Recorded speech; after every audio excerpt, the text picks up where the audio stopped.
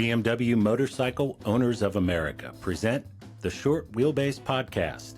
With members in all 50 states, Canada, and across the globe, the BMW MOA invites you to ride inspired. Learn more about membership benefits, including roadside assistance, tire hazard protection, and more at bmwmoa.org. The Short Wheelbase Podcast is also brought to you by Boxer 2 Valve, supplier of quality OEM and aftermarket parts and specialty tools, and by Air Support BMW, offering premium driveline rebuilding and performance enhancements for your air-cooled BMW. Welcome, everyone, to episode 32 of the Short Wheelbase Podcast. We are back again visiting with Branden Reams. What is up, sir? How are you? Hey, I'm doing great. Man, I've been busy with the end of the summer months and projects coming and all that, and it's great to be back. Thank you very much. Yeah, of course. Folks, you may remember Branden visited with us. In fact, he actually stepped in for Darren and kind of co-hosted an episode back before we took off on our trip to the MOA rally in Tennessee. So good time, by the way. Yeah, that was great time. Great trip for sure. But I wanted to bring him back on and dive in a little bit more into a project that he's been working on. We didn't really get a chance in that last episode to really kind of jump into what Branden's up to, what he's working on. He like I said, he really just filled in for Darren as co-host, and we kind of went through our normal garage updates and all that kind of fun stuff. So we wanted to spend a little time and shine some light on a really cool project that he's got kicked off, and a bunch of us here in Denver are involved in. I sort of hinted at this a little bit, I believe, in episode 31 2 weeks ago, but it's a charity build for the Motorcycle Relief Project. So before we get into the bike, I'd love, Branden, if you could give us a little background on how you got involved with the Motorcycle Relief Project, and in turn, well, initially it was your dad. So if you can kind of take us back in time here a little bit and kind of give us the backstory of how your dad got involved with the Motorcycle Relief Project. I mean, it's not like a really big story. It was, we went and picked up this ST from Clem's old collection, who had recently passed. And Dad had bought the /6 from, and we bought the ST, or he bought the ST from his collection, from his estate after. And that was just kind of the next build that was going to be happening out of the garage. And one morning at coffee, he's just like, yeah, we're just going to do this one for the Motorcycle Relief Project. And I'd never heard of them before, and I was like, okay, cool. Like, I get it. Like, let's do it. And we started, we were doing the build just as usual. And I wound up going to a bunch of their charity events. They do their winter event every year. And I got the pleasure of going to the end of one of their rides. I think it was ride 68, 67 or 68. I got to go to the end of that ride and see them all, talk about what they did throughout the rides and stuff. Mm-hmm. But it was kind of like it was very just interesting how it just appeared in front of me. And then all of a sudden you got to see like what an amazing organization it is. Mike Bobbitt, the president, is very highly involved with everything motorcycling related outside of the MRP. As well. And he's been a pleasure to hang out with and talk with. Had coffee a couple times. And he was at the rally too when we were there, wasn't he? Yeah. He was out in Tennessee at the rally. We got to run into him and talk to him as he was out there doing his thing. Yep. Promoting and getting the name out there. For folks, if you don't know what the Motorcycle Relief Project is, and correct me if I'm wrong, Branden, I'm certainly not the expert here, but they essentially put together adventure rides for veterans as a form of treatment or therapy for like PTSD and things of that nature. Correct? Am I? Yeah, it's therapy through therapy through motorcycling. It's first responders, veterans.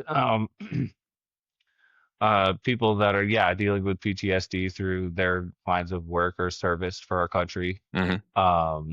And it's just you go out, you ride a motorcycle, and lots of them are being put into motorcycling situations they've never been into, and lots of them aren't even motorcyclists to begin with. Right. And Mike and his team just drag them out on a bunch of GSs pretty much, and take them on a ride through the woods, and they go cruising around and learn how hard that is, and then at night they have sessions and they talk and stuff like that. So it's just therapy through motorcycling. And I think it's, as somebody who is firmly believes in wind therapy, it's just like such an amazing program that he puts out there for these folks, and the response and the success they've had through this program is just astounding. That's great. So That's great. It's just something after the ST build and all that, like, absolutely, we want to roll into it with another build and help them out and keep them doing what they're doing.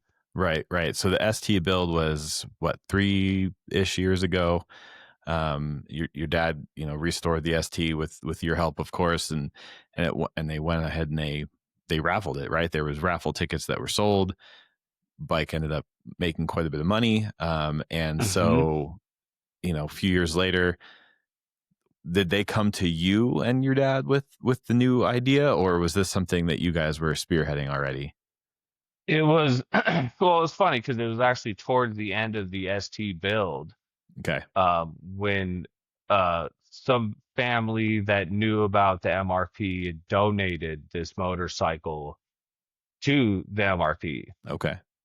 And so it was coming off the tail end of the ST that the Motorcycle Relief Project came upon this 1973 R75/5. Mm-hmm. And it was just like, well, and they came and talked to me and Dad and said, well, you guys want to do it again? Well, you want to go for 2? Yeah, let's do 2 of them. I mean, we had a great time the first time, and we did great by the MRP and various other, because it was raffled off through the BMW MOA. So it supported the MRP and then a bunch of the other MOA charities that they're involved with as well. Right on. So end of the ST build, you guys come, this bike gets donated. You guys agree to doing the second build. And as most people already know, unfortunately, your dad passed away sometime after this. And, the bike kind of was still here, right? It was still something that needed to get done.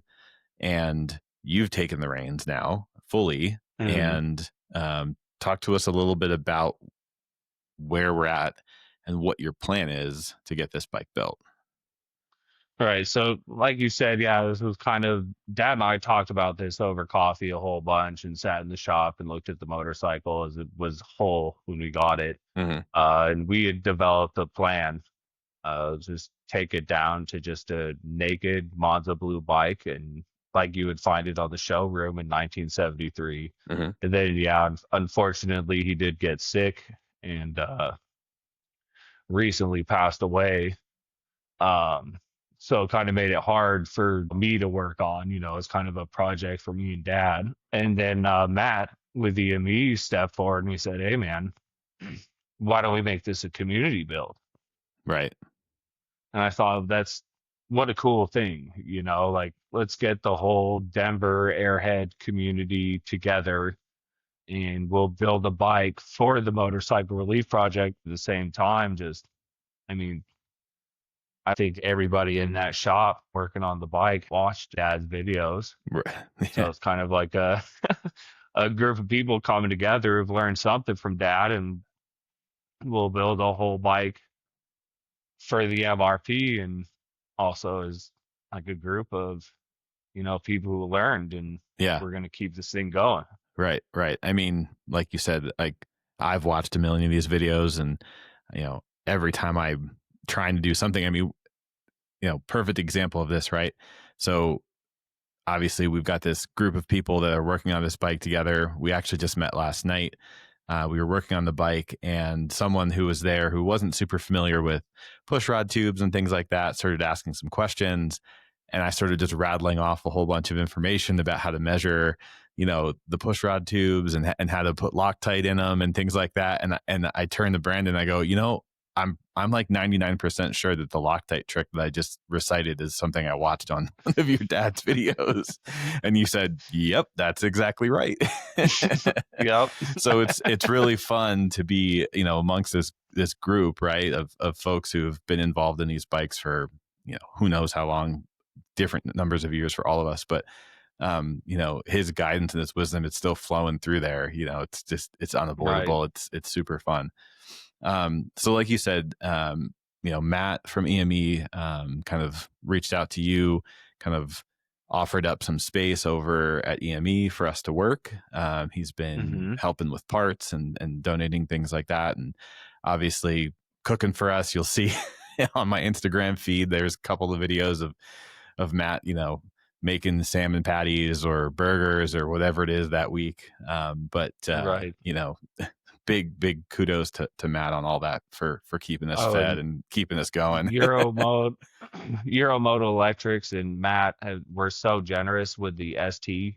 Yeah. They supplied all the parts for that, and that was all graciously donated through them. And now he's doing it again, and even bigger and better. I mean, we're bringing a whole community together to build a motorcycle. Yeah. It's pretty great. Once again, EME is graciously donating all the parts and everything to make sure this thing gets together, helps a good organization, and it's just another motorcycle going down the road, man. Yeah. I mean, that's what it boils down to for the most part, And it's super fun. I mean, I mentioned this last week when I kind of talked to Darren about this, but I'm usually kind of a lone wolf. I'm working here in my shop by myself, fumbling through things and making mistakes. And it's really fun, getting to be there with you, Branden, with Matt from EME. We've had Matt Isles there from Isles Motorsports. Like there's a whole bunch of people from,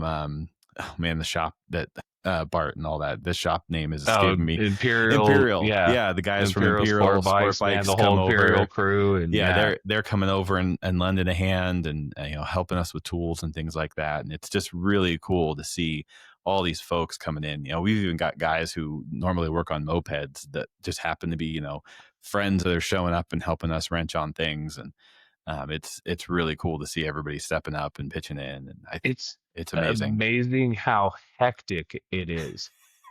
It's just like this most organized chaos. It's just like 2 weeks ago we had Dick Passion, the Colorado Air Marshal, and can't remember his name now. We're building the front forks. We were doing getting the frame set up.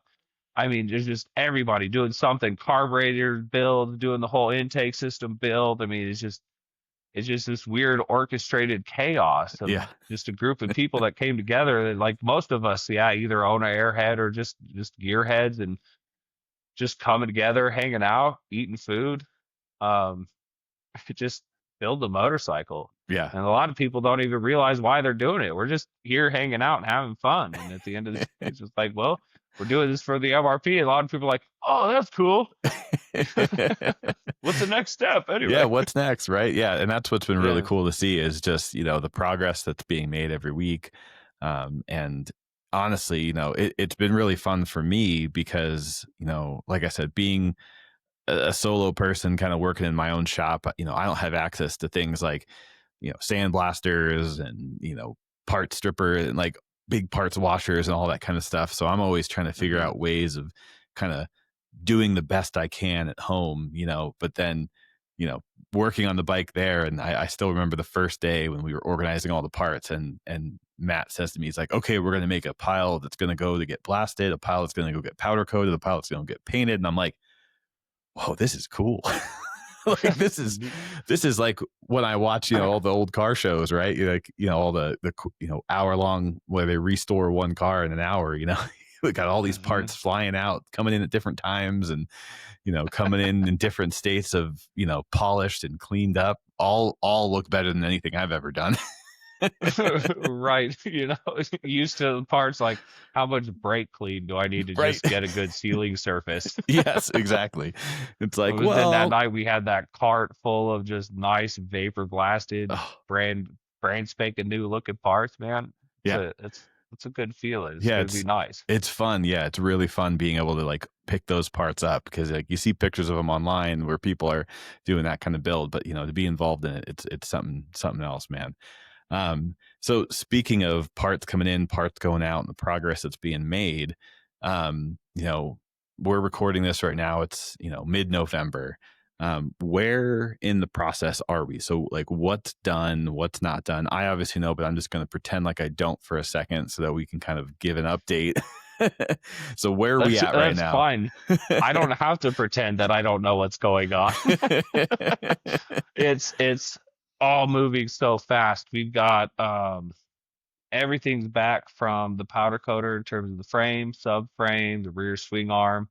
Matt Isles put together the rear swing arm for us. Brand new seat that EME is donating. We just got the fenders and gas tank put together last night. Decided that we're going to take the original fenders and repaint them to match the Monza blue. The tank that came with the bike had obviously just been kind of painted a blue to somewhat match, So everything's going to get repainted to the original Monza blue. So all that's been sent off to the painter. We've got most of our vapor blasting parts back, and we've started the assembly of the engine. So we went all the way down to a crank out assembly. Unfortunately, that was not intentional. That was due to my inability to pay attention to what I was doing, but opened up a great opportunity for us to all learn together how to do a crank out assembly on one of these. Yeah, I was helping with that last night, and man, yeah.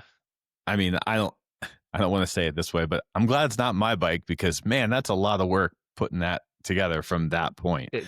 It's a lot of fiddle farting, man, just a lot of fiddle farting around, but we got it in and it's really nice. It's spin smooth. We've got the end play we want. So yeah, it was a lot more work than I previously anticipated. But we got it done. It was a great learning experience, that's for sure. And and I think the one thing I took away from it was, you read on every Airhead forum, right? Don't forget to block the crank. Don't forget to block the crank.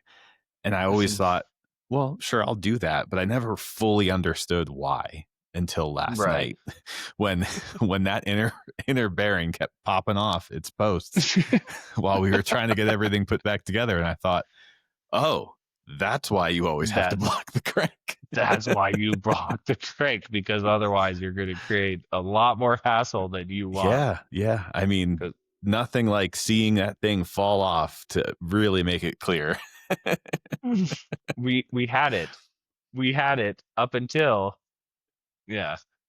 But so we got the crank put in. We've got the whole intake assembly put together. I mean, we're just cruising along. Next week's going to be the camshaft, probably get the whole top end put together, maybe even get a frame or the motor put in the frame and everything. That's a goal for next week. Right, because the forks are pretty much together at this point. They just need to go onto the bike. Yeah, the forks are done. We temporarily lost the front or the top brace, and we had accidentally sent those off to the vapor blaster. Oh, that's where it was. Yeah. So we got that polished up, and that's ready to go together. So then we'll hopefully have together a rolling frame with maybe even a motor in it. And then we got a brand new rebuilt transmission, 4-speed kicker. Oh, nice. It's ready to go into it. So, I mean, we're not far from strapping together a whole drivetrain and then start to dive into the electronics and stuff. Very cool. Very cool. And so, I'm not going to put a date on anything, right? Because you never want to say when it's going to be done by, but it's making great progress. Things are going in the right direction. It's reasonable to think that it's going to be done soon-ish, we'll say. When it's done, what's the plan? What's the process after the bike is ready? Do we know that yet? We don't have anything necessarily set in stone. We do know that it will be raffled off for the motorcycle relief project. we're going to try and get it down to the hand built show, Right. potentially show it there, get it some attention there. Um, and then hopefully the MOA backs us up again and helps us out with getting some raffle tickets out there, getting it advertised and get some interest in it. And hopefully we can help out the Motorcycle Relief Project and the other MOA charities along with them. Very cool. Very cool. Ted. That's Ted, the you end listen? goal. I mean, we all want a really nice, smooth running, beautiful motorcycle. That's the But focus. this one's in the name of the Motorcycle Relief Project and all the other MOA charities. For sure. For sure. Awesome. Well, it's been so fun, like I said, working on this project and learning from everybody in the room. I'm excited to keep working on it and keep getting it done. Folks, hit us up if you have any questions about this bike as I learn more about how the raffle is going to work and where you could maybe see this bike. Maybe it's at the Handbolt show, maybe it's somewhere else. I'll keep posting updates on Instagram. I'll keep posting updates here to kind of keep everyone apprised of how it's going. I'm sure, Branden, your Instagram has been the same thing, right? Lots of videos coming out every week of where the progress is. So, my name and my link is always in the description here. I'll throw Branden's in here as well, so you can keep track of all this stuff. But it's been super fun. Branden, thank you so much for taking the time to tell us all about this bike. And actually really thank you for taking all the time that you've been putting into this bike.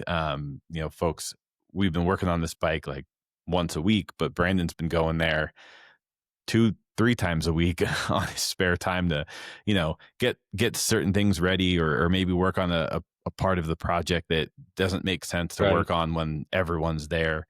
I think our air marshal, Dick Passion, he's been over there a couple of times midweek as well. He's been a huge help. Yeah. Dick's been a huge help getting stuff cleaned up, the just little odds and ends, things that you don't think of. Dick's just like, oh, I'll clean this. Oh, I'll build this. Oh, I'll clean this. Like, I didn't think of that. I didn't even notice that. I didn't think about that. And Dick's just always been there, right there to help. So, yeah. For sure. So thanks to Dick. Thanks to you, Branden, for all the work you're putting into this. Go ahead.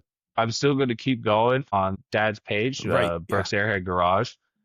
So I'll be posting articles. I've been drafting some up. I've got some that are ready to keep going. So keep following the website, brook.reams.me, and then also Brooke and Branden's Airhead Garage on YouTube. I'm going to be posting some videos and stuff on there. It's not going to be the typical stuff that's very, long form explanatory. It's going to be a pretty just rough cut of this bike going together as a community. So keep following along there for updates on how the build's going and things like that. And of course, the Airhead Misfits and my Instagram as well. Cool. Yeah, lots of ways to find out what's going on with this project. It's super cool. Anything else, Branden, before we wrap? And I don't know. We're in that fall season, but there's nice days. Get out there and ride. Heck yeah. That's all I can say. Keep racking up them miles. Don't blame the month or don't blame the season. Right. There's going to be nice days in there to get the miles in there. Don't forget. There's no such thing as bad weather. There's just bad gear. Exactly. All right. Well, on that note, I think we'll wrap it up there. Again, don't forget to like and subscribe. Find the links to all the sites that Branden just mentioned. I'll throw them all in the description below, so you can find your way to some more information. Thanks, Branden, for sharing this information and the story about this bike. Absolutely. And we'll catch you all next time. Ride safe. See you, everybody. Thanks for joining us on the Short Wheelbase podcast, presented by the BMW Motorcycle Owners of America. To join the club, visit bmwmoa.org. You can find full-length episodes of the excerpts heard here on the Airhead 247 podcast. The Short Wheelbase podcast is produced and edited by Nick Malozzi. Audio segments by Jeff Glover. You can check in with Nick at Airhead Misfits on Instagram.